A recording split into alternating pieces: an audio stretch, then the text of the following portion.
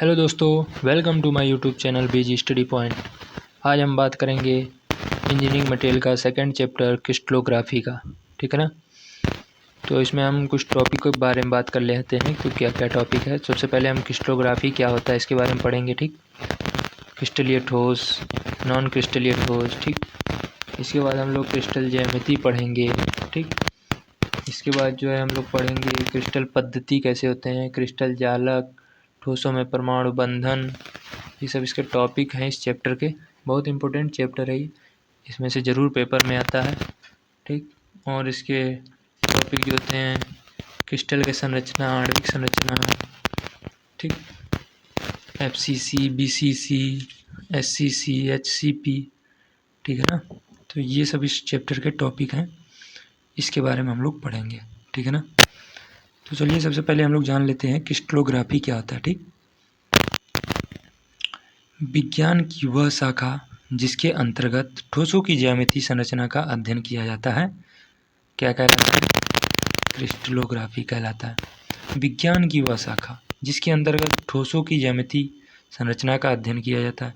कोई भी ठोस हो, उसकी संरचना कैसी है, उसके अणु, उसके परमाणु, ठीक, किस प्रकार से उस ठोस में व्यवस्थित हैं, क्रिस्टल के रूप में, मतलब कि एक सीधा में है या इधर से उधर टेढ़े मेढ़े हैं, उसकी जो भी ज्यामितीय संरचना है उसको हमको पढ़ना है। वही हमारा क्या कहलाता है? क्रिस्टलोग्राफी कहलाता है। ठीक है ना। तो इसको ध्यान दीजिए, क्रिस्टलोग्राफी कितने प्रकार के होते हैं? ये दो प्रकार के होते हैं, एक क्रिस्टलीय ठोस और एक नॉन क्रिस्टलीय ठोस। ठीक, और नॉन क्रिस्टलीय ठोस को एम्फोस सॉलिड भी कहा जाता है। ठीक है ना, इसके दो नाम होते हैं। तो सबसे पहले हम लोग बात कर लेते हैं क्रिस्टलीय ठोस की। तो देखिए, क्रिस्टलीय ठोस वे ठोस या पदार्थ जिसमें परमाणु या अणु एक निश्चित व्यवस्थित क्रम में स्थित होते हैं तथा उनकी पुनरावृत्ति बार बार होती है। इसका कहने का मतलब है कि वह क्रिस्टलीय ठोस जिसमें कि उसके अणु और परमाणु एक सीधे क्रम में, आप जिधर से भी देखें उधर से एक सीधे क्रम में हो, ठीक, व्यवस्थित रहते हैं, तो वो हमारा क्या कहलाता है? क्रिस्टलीय ठोस। टेढ़े मेढ़े ना हो, इधर उधर इधर जिग जैग ना हो, एक मतलब सीधा लाइन व्यवस्थित क्रम हो, ठीक, एक क्रम में व्यवस्थित हो, तो वो हमारा कहलाता है क्रिस्टलीय ठोस। ठीक, देखिए क्या लिखा, वे ठोस या पदार्थ जिसमें परमाणु या अणु एक निश्चित व्यवस्थित क्रम में स्थित होते हैं तथा उनकी पुनरावृत्ति बार बार होती है। ठीक है ना। तो वो हमारा क्या कहलाता है? क्रिस्टलीय ठोस। अर्थात जो ठोस क्रिस्टलीय होते हैं उनमें परमाणुओं की एक पुनरावृत्ति होती है। जैसे एग्जाम्पल देखिए, एल्युमिनियम हो गया, कॉपर है, फेरस Fe है। ठीक है, ये सब इसके एग्जाम्पल हैं। इनके भी हम लोग चित्र भी आगे बनाएंगे बढ़िया से। ठीक है ना। चलिए, ये दो प्रकार के होते हैं, धात्विक क्रिस्टल, अधात्विक crystal, metallic crystal and non metallic crystal. ठीक है ना। अब अगला हमारा दूसरा वाला टॉपिक क्या था? अव्यवस्थित ठोस। ठीक, तो देखिए इसमें क्या होता है, वे ठोस या पदार्थ जिसमें परमाणु तथा अणु अनियमित क्रम में व्यवस्थित होते हैं अव्यवस्थित ठोस कहलाते हैं। ठीक, मतलब कि इसके अणु या परमाणु जो होते हैं एक नियमित क्रम में व्यवस्थित नहीं होते हैं, इधर से उधर एक अणु इधर तो एक परमाणु इधर, एक अणु इधर तो एक परमाणु इधर, इस तरह से व्यवस्थित रहता है। ठीक है ना, एक निश्चित क्रम में व्यवस्थित नहीं रहता है। जैसे देख लीजिए, मतलब कि एक मान लीजिए इसका यहाँ हो गया, एक यहाँ रहेगा तो एक यहाँ रहेगा तो एक यहाँ रहेगा, एक यहाँ रहेगा, एक यहाँ रहेगा, मतलब ऐसे इसका व्यवस्थित रहते हैं। ठीक है ना। लेकिन क्रिस्टलीय ठोस अभी जो हमने ऊपर बताया, तो उसमें जो रहता है उसमें एक क्रम में रहते हैं सब। ठीक, ऐसे रहते हैं सब, एक क्रम एक लाइन में। देखिए इस हिसाब से रहता है, एक क्रम में। ये हमारा क्रिस्टलीय ठोस में रहता है ऐसे। ठीक है ना। तो इसमें अव्यवस्थित ठोस वाला में जान गए आप कि एक क्रम में नहीं रहेगा तो अव्यवस्थित ठोस कहलाता है। ठीक, वे ठोस या पदार्थ जिसमें परमाणु तथा अणु अनियमित क्रम में व्यवस्थित होते हैं अव्यवस्थित ठोस कहलाते हैं। ठीक है ना। अर्थात वे ठोस जिनकी संरचना निश्चित नहीं होती है तथा इस प्रकार के वे ठोस क्रिस्टलीय पर बल लगाने से इनकी ज्यामिति में परिवर्तन हो जाता है, तो नॉन क्रिस्टलिनी कहलाता है। शर्त यानी कि जब बल लगाएंगे तो उसमें ज्यामिति में तो ऑब्वियसली बात है जो है कि परिवर्तन तो हो ही जाएगा, जब हम बल लगाएंगे तो परिवर्तन हो ही जाएगा, ठीक है ना। इसकी एग्जांपल देख लीजिए, प्लास्टिक हो गया, रबड़ हो गया, ठीक। चलिए अब अगला हेडिंग हम बात करते हैं। तो क्रिस्टलोग्राफी के दो टाइप थे, ठीक, व्यवस्थित एक अव्यवस्थित क्रम में, ठीक है ना। तो ये दो चीज़ हमारे हो गए। फिर अगला हमारा हेडिंग आता है क्रिस्टल। क्रिस्टल क्या होता है? परमाणुओं परमाणुओं के समूह के नियमित त्रिविमीय पुनरावृत्ति वाले प्रतिरूपों के विन्यास को क्रिस्टल कहते हैं, ठीक है ना। जो परमाणु होते हैं उनकी जो है त्रिविमीय में पुनरावृत्ति बार बार होती है, तो वही हमारे क्या कहलाते हैं? क्रिस्टल कहलाते हैं, ठीक है ना। परमाणु या परमाणुओं के समूह के नियमित त्रिविमीय पुनरावृत्ति वाले प्रतिरूपों के विन्यास को क्रिस्टल कहते हैं, ठीक। अगला देखिए क्रिस्टल ज्यामिति। क्रिस्टल ज्यामिति का संबंध ऐसे तत्वों से होता है जिनसे अमुक पदार्थ के क्रिस्टल को नामित किया जाता है या जा सके और उसका ज्यामितीय आकार ज्ञात किया जा सके। क्रिस्टल ज्यामिति का अध्ययन जो है पदार्थों के गुणों को समझने का एक आधार प्रस्तुत करता है, ठीक है ना। तो यही हमारा क्या कहलाता है? क्रिस्टल ज्यामिति कहलाता है, ठीक। पदार्थों के गुणों को समझने का एक आधार प्रस्तुत करता है। ये हमारा कितने प्रकार के होते हैं? 3 प्रकार के होते हैं, सममित तल, सममित अक्ष, सममित केंद्र, plane of symmetry, axis of symmetry, centre of symmetry, ठीक। इसके बारे में हम आगे बात कर लेते हैं, एक एक हेडिंग के बारे में देखिए। तो क्या है? पहला सममित तल है। तो एक क्रिस्टल को यदि उसके केंद्र से गुजरते हुए एक काल्पनिक तल द्वारा 2 बराबर भागों में इस प्रकार विभाजित किया जा सके कि दोनों भाग एक दूसरे के दर्पण छाया जैसे हो, तो ऐसे तल को सममित तल कहते हैं। इसका मतलब कहने का क्या है कि यदि आपने जो है कोई भी जो है क्रिस्टल लिया, ठीक, तो उसके बिल्कुल बीच सेंटर से आपने क्या किया? बीच सेंटर से उसमें 2 भागों में काट दिया, चाहे इधर से काट दिए चाहे आप इधर से काट दीजिए, ठीक। वो हमारा एक सममित के रूप में हो जाएगा, वही हमारा कहलाता है सममित तल कहलाता है। ये देखिए आयताकार तल है, ठीक है ना। अगला देखिए सममित अक्ष। सममित अक्ष क्रिस्टल के मध्य से गुजरते हुए ऐसे काल्पनिक रेखा है जिसके सापेक्ष यदि क्रिस्टल को छुपाया जाए तो एक पूर्ण चक्र में क्रिस्टल अपनी आकृति पूर्णतया उसी रूप में एक से अधिक बार प्रकट करता है, ठीक। ये है विकर्ण तल के रूप में, ठीक है ना। अगला देखिए क्या है? सममित केंद्र। सममित केंद्र किसी क्रिस्टल का ऐसा केंद्र है, बिंदु है, जिससे होकर कोई रेखा खींची जाए तो वह इस बिंदु के दोनों तरफ बराबर दूरी पर क्रिस्टल को पृष्ठों को काटेगी, क्रिस्टल को पृष्ठों को काटेगी। देखिए क्या लिखा? सममित केंद्र किसी क्रिस्टल का ऐसी केंद्र बिंदु है जिससे होकर कोई रेखा खींची जाए तो वह इस बिंदु के दोनों तरफ बराबर दूरी पर क्रिस्टल को काटेगी। देखिए जैसे हमने इस यहाँ से इसके केंद्र से रेखा खींचा तो दोनों को काट रही है, फिर यहाँ से खींचा तो काट रही है, ठीक। यहाँ से इस कोने तक लाया तो काट रही है, यही कहने का मतलब है। तो उस क्रिस्टल को एक इक्वल पार्ट में काटेगा, ठीक। अगला हेडिंग देखिए क्या है? क्रिस्टल पद्धति, क्रिस्टल सिस्टम। क्रिस्टल पद्धति द्वारा धातु के क्रिस्टल का आकार परिभाषित किया जाता है। क्रिस्टल की बाहरी विमाओं को उसके अंदर किसी बिंदु से गुजरने वाले 3 अक्षों यानी एक्सिस के संदर्भ में व्यक्त करते हैं। उसी के बारे में हम पढ़ेंगे, क्रिस्टल पद्धति कैसे क्या होता है, ठीक है ना। तो 6 प्रकार के जो हैं क्रिस्टल पद्धतियाँ होती हैं। तो कौन कौन सी होती हैं? घन पद्धति होती है, ठीक, और होता है हमारा घन पद्धति, फिर होता है चतुष्कोणिक पद्धति, ठीक, फिर होता है षटकोणीय, ठीक, या त्रिकोणीय पद्धति, ठीक, और होता है समचतुर्भुज पद्धति, एकनत पद्धति, त्रिनद अच्छी पद्धति। इन सब हेडिंगों के बारे में भी हम आगे बात करेंगे, ये बस खाली हमने ऐसे बता दिया आपको, ठीक। तो ये देखिए अब हमारा पढ़ेंगे हम घन पद्धति के बारे में, ठीक है ना। घन पद्धति देख लेते हैं हम, इसमें क्या होता है मतलब, इस पद्धति में 3 बराबर अक्ष परस्पर लंबवत दिशा में होते हैं। अक्षों की दिशा में क्रिस्टल की पुनरावृत्ति होती है। इस आधार पर बने क्रिस्टल को घन क्रिस्टल कहते हैं। घन क्रिस्टल के गुण अक्षों की दिशाओं में समान होते हैं। घन पद्धति द्वारा निर्मित प्रिज्म तथा पिरामिड आकार के क्रिस्टल दिखाए गए हैं। देखिए चित्र में, देखिए ये हमारा क्या है, प्रिज्म के रूप में है, ठीक, और ये पिरामिड के रूप में चित्र में दिखाया गया है, ठीक है ना। ये है इसका घन पद्धति का, घन पद्धति की देखिए ये प्रिज्म के रूप में है, ये पिरामिड के रूप में दिखाया गया है। पेपर में आए तो आप जरूर चित्र जरूर बनाइएगा, ठीक है ना। चित्र बना देंगे नंबर आपको ठीक मिलेगा, ठीक। फिर अगला दूसरा देखिए, चतुष्कोणीय पद्धति, टेट्रागोनल। इस पद्धति में भी क्रिस्टल की रचना 3 परस्पर लंबवत अक्षों पर होती है।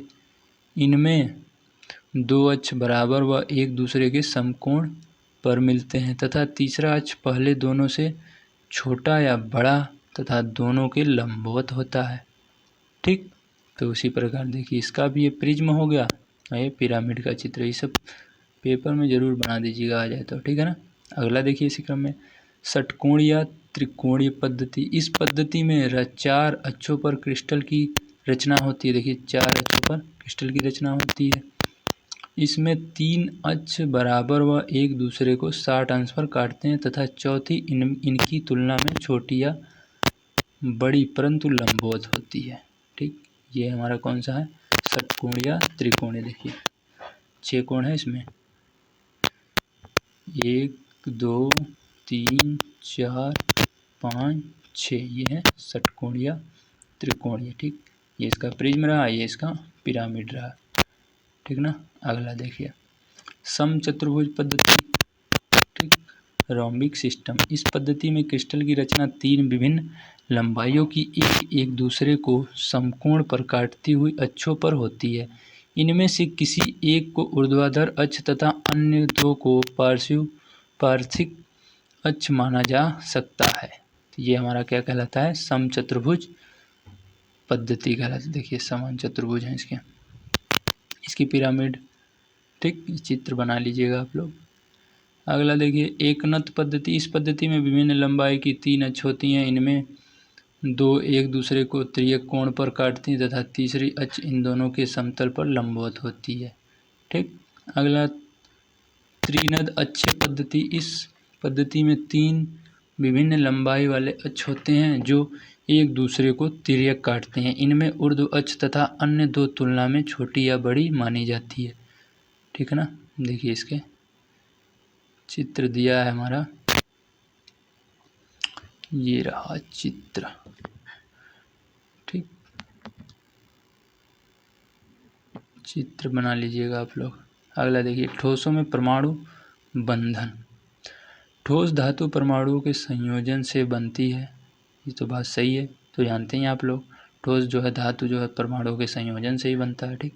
ठोस धातुओं के परमाणु बंधनकारी बलों द्वारा परस्पर जुड़े रहते हैं। बंधनकारी बल ठोस के भौतिक तथा यांत्रिक गुणों को प्रभावित करते हैं। ये बल परमाणुओं को बाहरी इलेक्ट्रॉनों के बीच परस्पर क्रिया के फलस्वरूप उत्पन्न होते हैं और परमाणुओं को आपस में बांधते हैं। इसलिए ऐसे बंधनों को रासायनिक बंधन कहते हैं।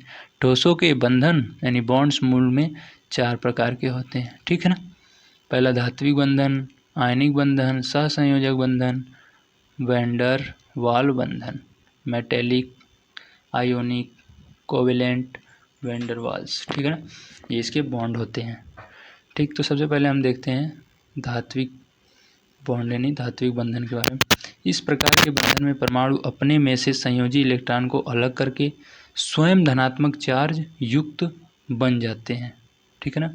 और विस्थापित संयोजी इलेक्ट्रॉन आधार जो है क्या होता है, वह इलेक्ट्रॉन जो परमाणु की बाहरी कक्षा में से निकलकर परमाणु में से अलग हो जाते हैं, परमाणुओं के बीच बिखर कर धनात्मक चार्ज जो है युक्त परमाणुओं के साथ आकर्षण बल के द्वारा बंध जाते हैं। तो इस प्रकार बिखरे हुए इलेक्ट्रॉन को इलेक्ट्रॉन बादल या इलेक्ट्रॉन गैस कहते हैं। देखिए ये धातु के आयन है, ये पॉजिटिव आयन है, ये क्या है धातु आयन पॉजिटिव है, ये है धातु जो है इलेक्ट्रॉन बादल है पूरा, ठीक। ये सब ये देखिए, ठीक। और ये हमारे धातु आयन है, ये ये धातु आयन है, ये जो खाली स्थान है सब बादल है, ठीक। इलेक्ट्रॉन बादल उसको कहते हैं, या इलेक्ट्रॉन गैस कहते हैं, ठीक है ना। देखिए अगला आता है आयनीय बंधन। आयनीय बंधन पदार्थों में ऋणात्मक तथा धनात्मक आयनों के बंधन को आयन बंधन कहते हैं, आयनिक बॉन्ड, ठीक। देखिए ये जो बॉन्ड बने इनके बीच धन व ऋण आयनों से आकर्षण बल होते हैं, तभी तो इनके आयनिक बंध बने हैं। जैसे देख लीजिए एग्जाम्पल, इसमें NaCl होता है, सोडियम और क्लोरीन। तो सोडियम के बाहरी कक्षा में कितने इलेक्ट्रॉन होते हैं, 1 इलेक्ट्रॉन होता है, ठीक। और क्लोरीन के बाहरी कक्षा में 7 इलेक्ट्रॉन होता है। यानी सोडियम को अपना 1 इलेक्ट्रॉन त्याग दे तो कोई दिक्कत नहीं, और क्लोरीन को 1 इलेक्ट्रॉन मिल जाए तो बहुत अच्छी बात है। तो इसी प्रकार से सोडियम जो है अपना 1 इलेक्ट्रॉन क्लोरीन के साथ दे देता है, यानी क्लोरीन को दे देता है। तो इधर सोडियम भी संतुष्ट हो जाता है और इधर क्लोरीन भी संतुष्ट हो जाता है, ठीक। इन प्रकार से ये दोनों आपस में बॉन्ड बना जाते हैं, उसको क्या कहते हैं हम, आयनिक बॉन्ड। तो इनसे क्या बन जाता है, NaCl बन जाता है, दोनों आपस में बॉन्ड बना लेते हैं, ठीक। तो ये हमारा कहलाता है आयनिक बॉन्ड, NaCl, ठीक है ना। सोडियम पे पॉजिटिव चार्ज होता है, क्लोरीन पे निगेटिव चार्ज होता है, ठीक। अगला देखिए क्या है, सह संयोजक बॉन्ड, कोवेलेंट। यह बंधन परमाणुओं में संयोजी इलेक्ट्रॉन के परस्पर बंटवारे के फलस्वरूप प्राप्त होता है, ठीक। इसमें देखिए क्या होता है, सह संयोजक बॉन्ड में क्या होता है, ये जो इलेक्ट्रॉन संयोजी होते हैं आपस में मतलब बंटवारा करके बॉन्ड बनाते हैं, ठीक है ना। तो देखिए इसमें बटे हुए संयोजी इलेक्ट्रॉन, और देखिए जो है क्लोरीन आयन है, एक ये क्लोरीन का परमाणु जो है संरचना है, ठीक, इलेक्ट्रॉनिक विन्यास, एक ये है। तो इनमें दोनों में बाहरी कक्षा में 7-7 इलेक्ट्रॉन होते हैं, ठीक। तो ये आपस में दोनों मिलके बॉन्ड बना ले रहे हैं, तो देखिए ये ऐसा बॉन्ड बना ले रहे हैं, ठीक। तो ये हमारा क्या कहलाता है, सहसंयोजक बॉन्ड कहलाता है, ठीक है ना। इस प्रकार फिर अगला है वैंडर वाल का बंधन। इस बंधन में विद्युतीय उदासीन परमाणु के धनात्मक तथा ऋणात्मक ध्रुव पोल्स बन जाते हैं, इसे आणविक बंधन कहते हैं। ये बंधन अस्थायी तथा ढीले होते हैं तथा पदार्थ मुलायम और निम्न गलनांक वाला होता है। जैसे एग्जाम्पल देख लीजिए, मीथेन, CO2, आर्गन तथा अन्य कार्बनिक पदार्थ ध्रुव पदार्थों में आकर्षण बल जो है इनके बीच है, ठीक है ना। प्रत्येक परमाणु में धनात्मक तथा ऋणात्मक ध्रुव होता है, तो ये क्या कहलाता है, वैन डर वाल बंधन कहलाता है, ठीक है ना। अगला देखिए हम पढ़ लेते हैं आणविक संरचना के बारे में थोड़ा, ठीक। तो देखिए आणविक संरचना, पदार्थों की आणविक संरचना के अध्ययन में अणुओं का महत्व है, नहीं मॉडुलस। तो बात भाई सही है बिल्कुल, पदार्थों की आणविक संरचना के अध्ययन में अणुओं का महत्व तो है ही है, ठीक। तो अणु के बारे में देखिए, मॉलिक्यूलस, ठीक ना। अणु की व्याख्या निम्न प्रकार से की जाती है, सीमित संख्या में मजबूती से बंधे परमाणुओं के समूह को अणु कहते हैं। सीमित संख्या में मजबूती से बंधे परमाणुओं के समूह को अणु कहते हैं, या फिर ये भी कह सकते हैं परमाणुओं के समूह को अणु कहते हैं, ठीक। परमाणुओं से मिलकर अणु बनता है, ये कह सकते हैं आप। सिंपल भाषा में जिस प्रकार से आप याद कर सकते हैं वैसे याद कर लीजिएगा, ठीक है ना। देखिए अणुओं के संयोजन से यौगिक यानी कंपाउंड बनते हैं। देखिए परमाणुओं से क्या बनता है हमारा अणु, और अणुओं के संयोजन से क्या बनता है, यौगिक कंपाउंड बनता है। जैसे H2O, CO2, O2, N2, NH3 आदि। प्रत्येक अणु परमाणु बंधन कार्य बलों द्वारा मजबूती से जुड़े रहते हैं। परमाणुओं की संख्या के आधार पर अणु छोटे तथा बड़े आकार के हैं, ठीक। देखिए अणु छोटे तथा बड़े आकार के हैं। इसमें एग्जाम्पल देखिए, मीथेन CH4, इथेन C2H6 अणु दिखाए गए हैं। देखिए ये क्या है, हमारा मीथेन है, CH4 का अणु है, ठीक। ये C2H6 इथेन है, ठीक। ये है आणविक संरचना इसकी कुछ, ठीक। अगला देखिए बी पॉइंट क्या करें, मॉलिक्यूलर स्ट्रक्चर, आणविक संरचना, ठीक। ये किसी पदार्थ की आणविक संरचना में अणु एक दूसरे से दिशा विहीन ठीक, नॉन डायरेक्शनल पारस्परिक आणविक आकर्षण बलों द्वारा जुड़े रहते हैं। पदार्थ की संरचना में परमाणुओं का विन्यास सामान्यतः परमाणुओं के साइज, आकार तथा आणविक आकर्षण बलों की तीव्रता पर निर्भर करता है। आणविक संरचना वाले पदार्थों का सामान्यतः निम्न गुण होते हैं, ठीक है ना।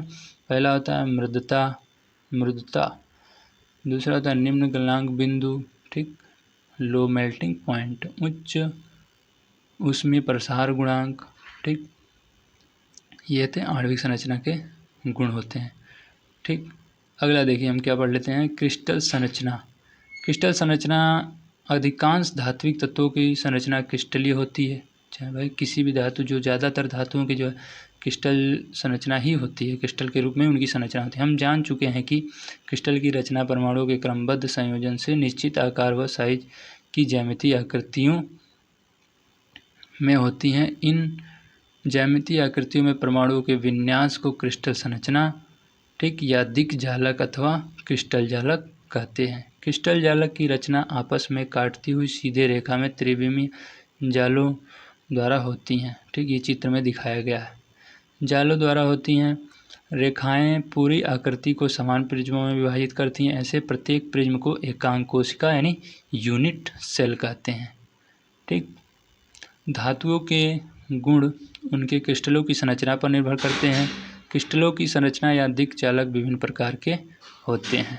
ये हमारा आ गया, क्रिस्टल संरचना खत्म हो गया, ठीक। अब इस वीडियो को हम लोग यहीं समाप्त करते हैं। इस वीडियो को ज़्यादा से ज़्यादा आप लोग शेयर करें, ठीक। अगले वीडियो में हम लोग FCC, BCC, HCP, HCC के बारे में बात करेंगे, ठीक है ना। चलिए, ओके, थैंक यू।